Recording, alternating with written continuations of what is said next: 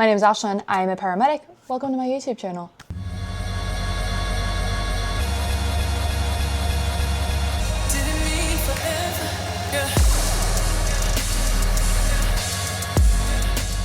I've been wanting to dabble into long-form content for a while, and this is my trial run. So if you're seeing this video, that means it was good enough for me to put it on a YouTube channel. Enjoy.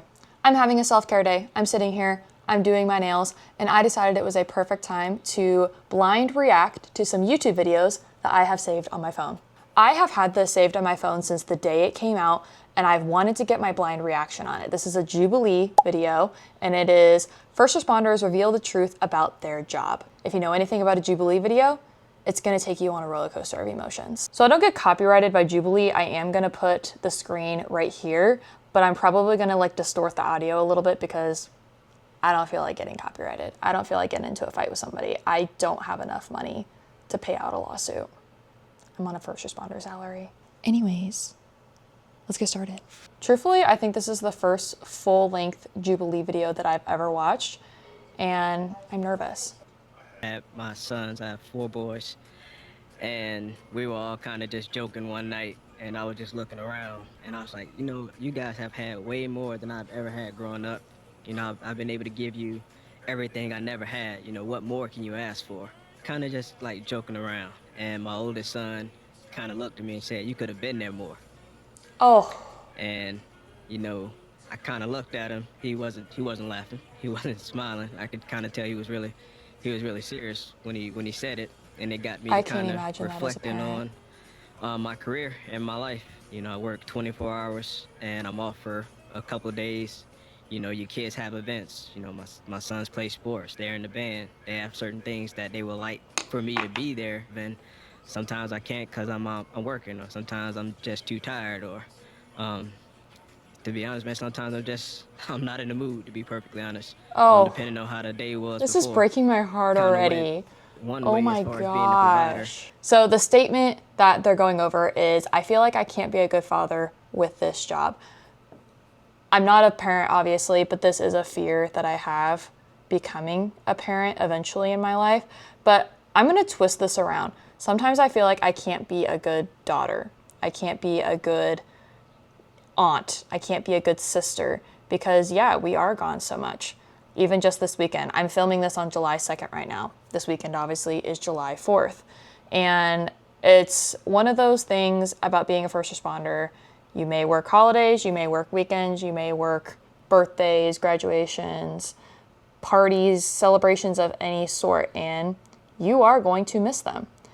It's something that you really can't weasel around. It's just a reality that you really have to come to terms with. And I do feel like sometimes it's really hard to be present.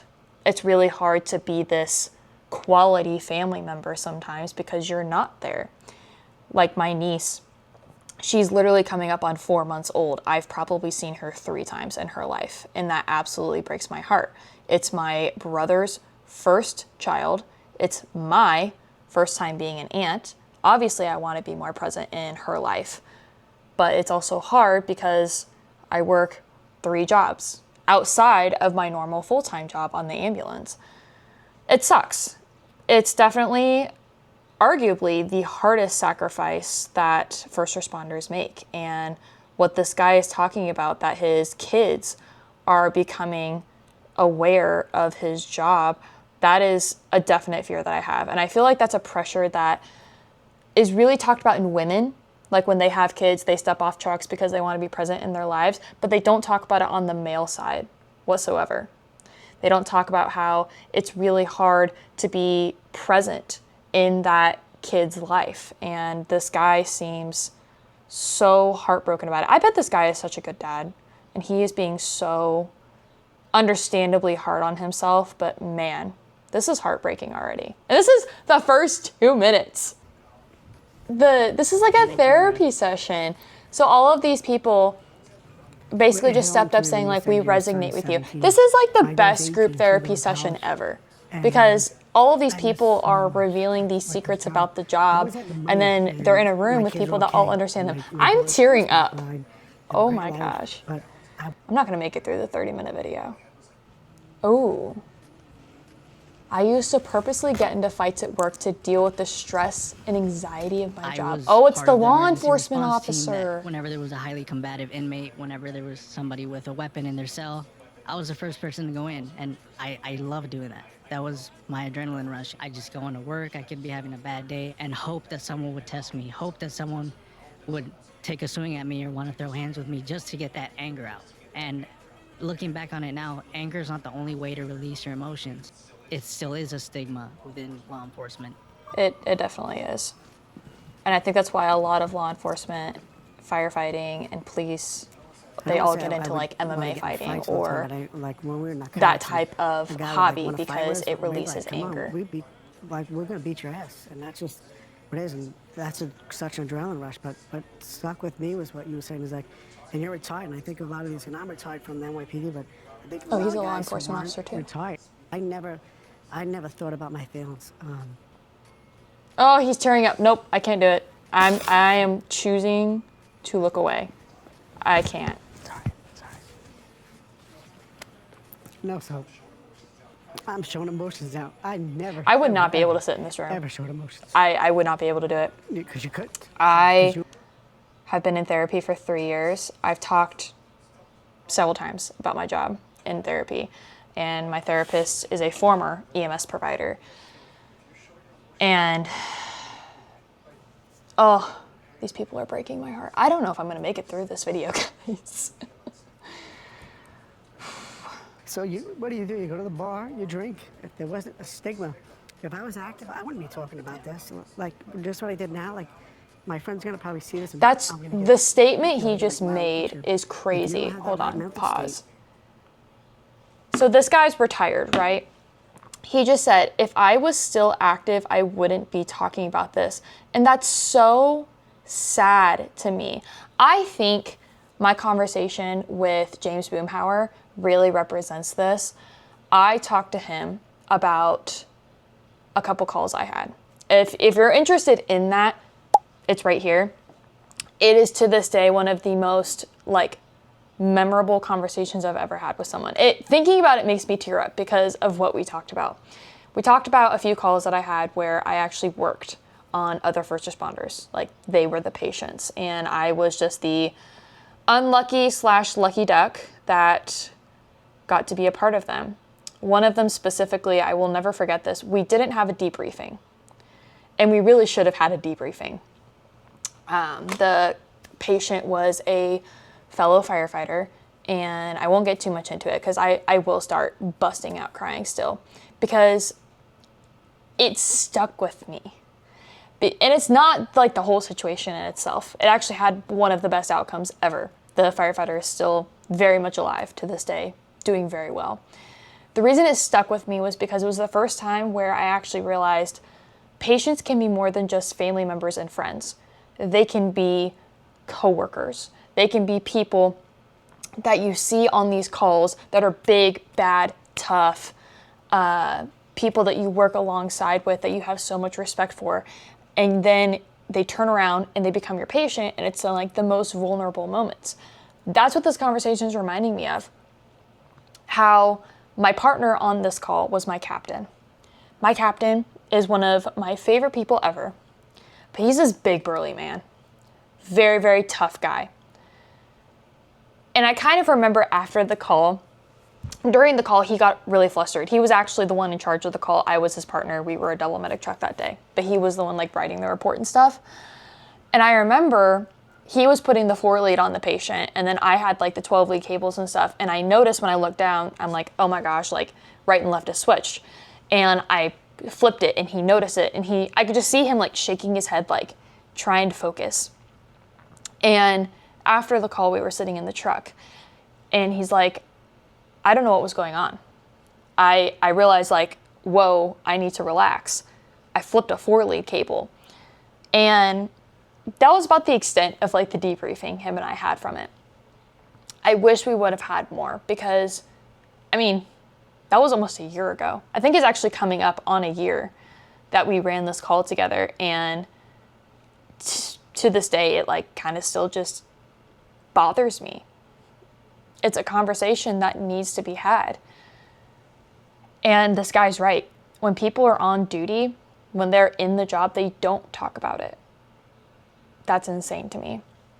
But it's because of the stigma that is surrounding this job. Had as a child growing up, or what I learned from my parents, you treat everyone as if they're your family. And I took that with me, and it made it harder. So sometimes it's hard just letting go so easily because you establish that rapport and you make a, I don't want to say a false promise, but sometimes you think that you can actually save their life, and you want to be there to make sure that things are. What the statement she just said is so true. You grow up with this morale when you get into first response, or she's in emergency nursing, that you treat every patient like they are your family member, regardless of any race, ethnicity, background, whatever it is. And I think that's something that has really opened my eyes in first response and EMS, is not only just that, but also you don't know their background. You don't know everything that happened in their life leading them up to you meeting them in the ambulance or the ER. And everyone is so different, and everyone is wearing such a good mask that it's so cruel to judge. It is so cruel to sit there and be annoyed that you are meeting them under these circumstances because you don't know what led them up to this. That is something that I have definitely taken into account. Or like when we get toned out for a call and it sounds really freaking dumb, and I have walked up on scenes really annoyed that I'm getting called here. And then I meet this person, I'm like, this is one of the nicest people I've ever met. And then I feel so much guilt because I'm like, I was judging this person for calling 911. Treating people with respect is something that you have to have in this career. And if you don't have it, then you're not going to make it very far.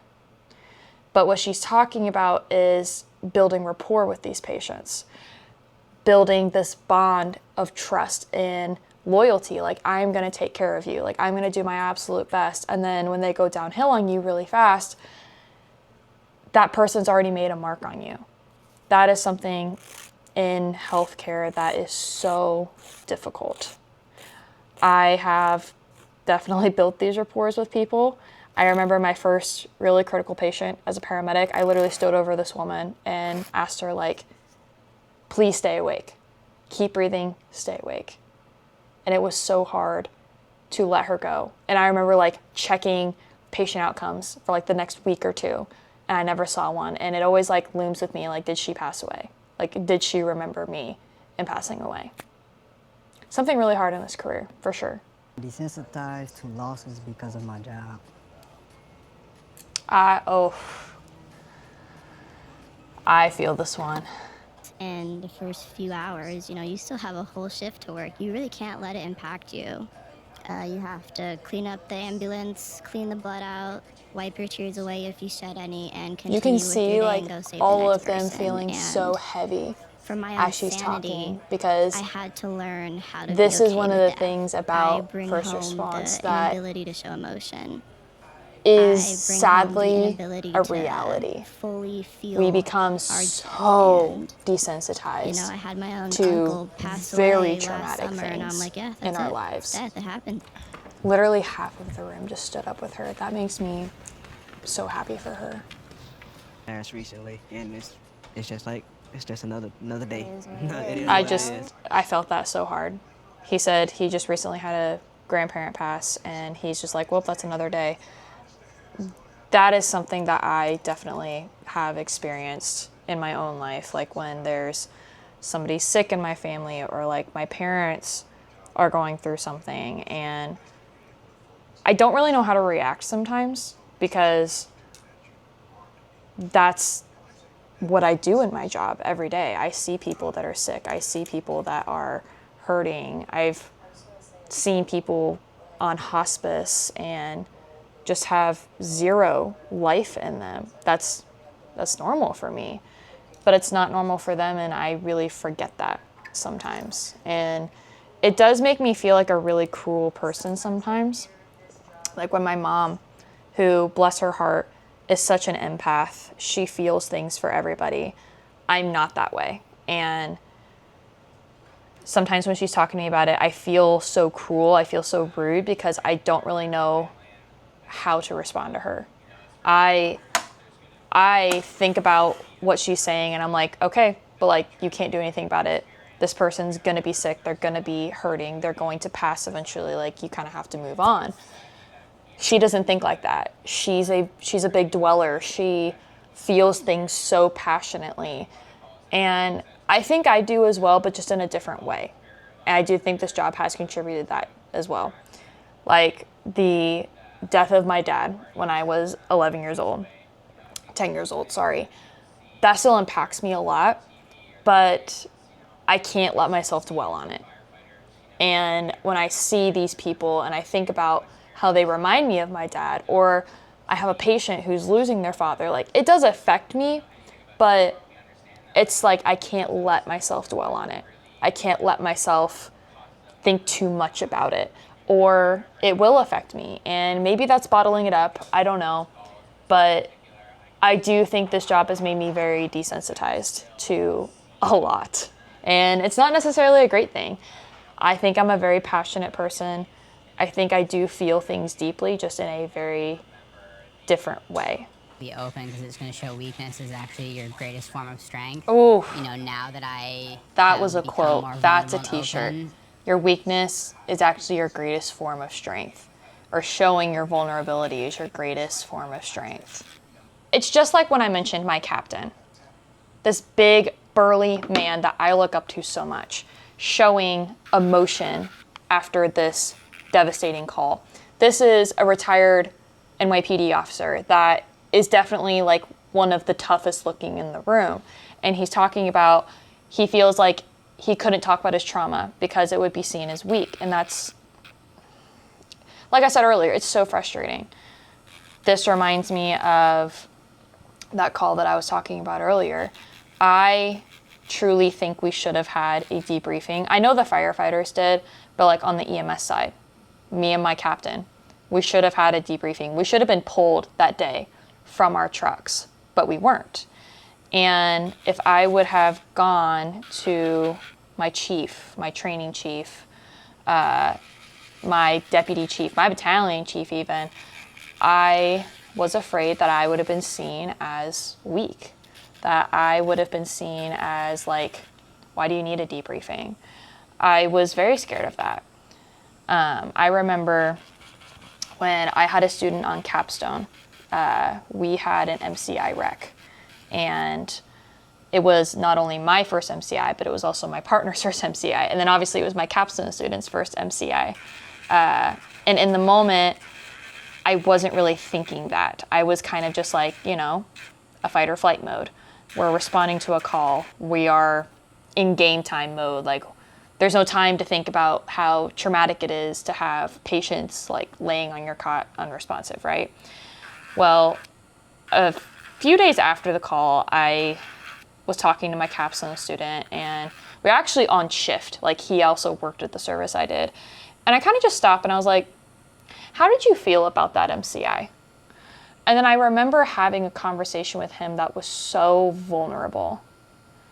And it really opened my eyes to, this should have been talked about when it happened.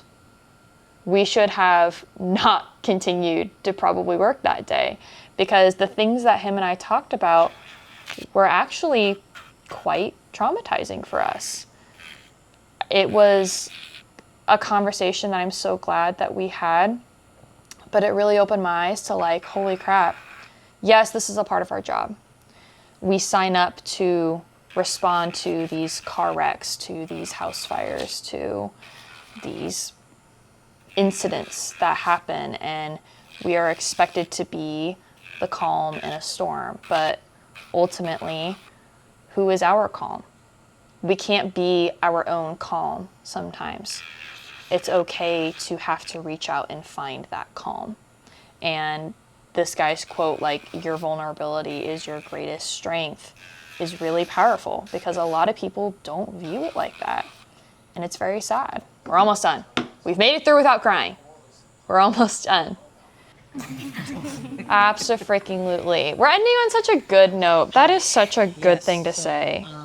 I've wanted to be a firefighter since I was a kid.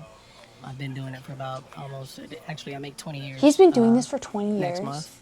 Even after being in a fire service, that it does. Really goes a long thank way. you. Thank you goes does so a much. really long way. For somebody's mental health. Is, I guess, one of the best parts. We had a call the other week that, I'll be honest with you, it was midnight. We were very frustrated to go to it. And the entire call, though, this patient just, thank you so much. You have been so kind to me. Thank you for being so respectful to me. And I'm sorry for bothering you. And very quickly, I changed my mindset. I was like, you know what? I'm glad you called. I'm glad that I could be here. I'm glad that I could be the responder helping you today. And it made a difference. And it just means a lot. The other day I took a transfer and this guy, very, very, very nice guy, I will probably never forget him. He was a person that was not very healthcare forward. He didn't know a whole lot about anatomy, physiology, like what was really going on with his body, why he was even getting transferred in the first place. And it was about a 30-minute transfer from hospital to hospital, and that entire 30 minutes I spent just talking to him, educating him about like why he's getting transferred, what could possibly happen when we get to the hospital, like why he even needed transferred in the first place, what his diagnosis is, what it means. And afterwards, he was just like, thank you so much. Thank you so much for spending your time and explaining to me what's going on. That when that one person or that one I just realized that she's on does TikTok. actually say thank you, it like almost makes everything I follow worth her. It. Like, oh my God, you see me. You see all the work that I've been trying That's to do. crazy. I truthfully didn't expect like that much emotion in the video. That was so good. I think a lot of that showed the human side of first response, and that's a side that needs to be seen way more often. I think in this career, what really sticks out to me is how I am a person on shift and I'm a person on duty. And I try not to make those two people very different. But sometimes it's hard. There are a lot of times I see how this job has affected me as a person, how it has affected me in being a empathetic person or being a happy-go-lucky person. It's made me maybe a stiff person. And that's not something that I want to be.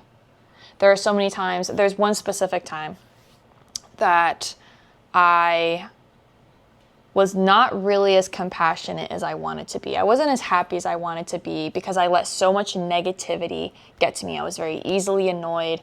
I was very just bothered. And I know a lot of that has probably come from my career, and it got in the way of me enjoying something that was so beautiful. And even afterwards, I was talking to my husband about it, and he's like, yeah, you weren't all there. And that really stuck with me. And that's something I do try to work on. It's something I do try to separate. This video was truly well done, and I'm so glad that I watched it. It makes me think about a lot of just tragically beautiful things about first response and why we choose to do what we do. Thank you for watching one of my first YouTube videos. I hope you enjoyed. If you like this video, if you want to see more content, subscribe, like, do all the stuff and the things, turn the bell on to get notifications whenever I post. You can also follow me on all of my other social medias. They're going to be linked in the description below. If you did not know, I'm also an entrepreneur. I am a business owner for Medicated and Motivated. It's an education company for EMS providers where I provide private tutoring, guidance, and EMS material such as these new cardiology notes that I worked so hard on, and I'm so excited that you guys now have access to them. There's going to be so many more products in the near future. That is all. Have a good shift, and thank you for watching.